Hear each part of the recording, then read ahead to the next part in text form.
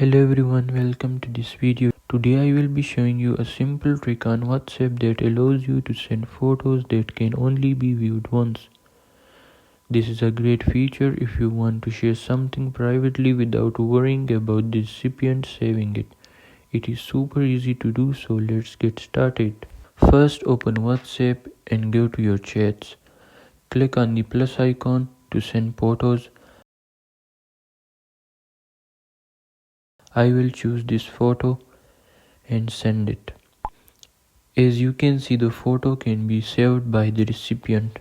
Now if you want to send a photo that can only be viewed once, go to your gallery, select the photo again. This time click on the one icon before sending the photo. Once you send it, the recipient won't be able to save it unless they take a picture of it using another phone. So that's it for this video. Make sure to like and subscribe for more.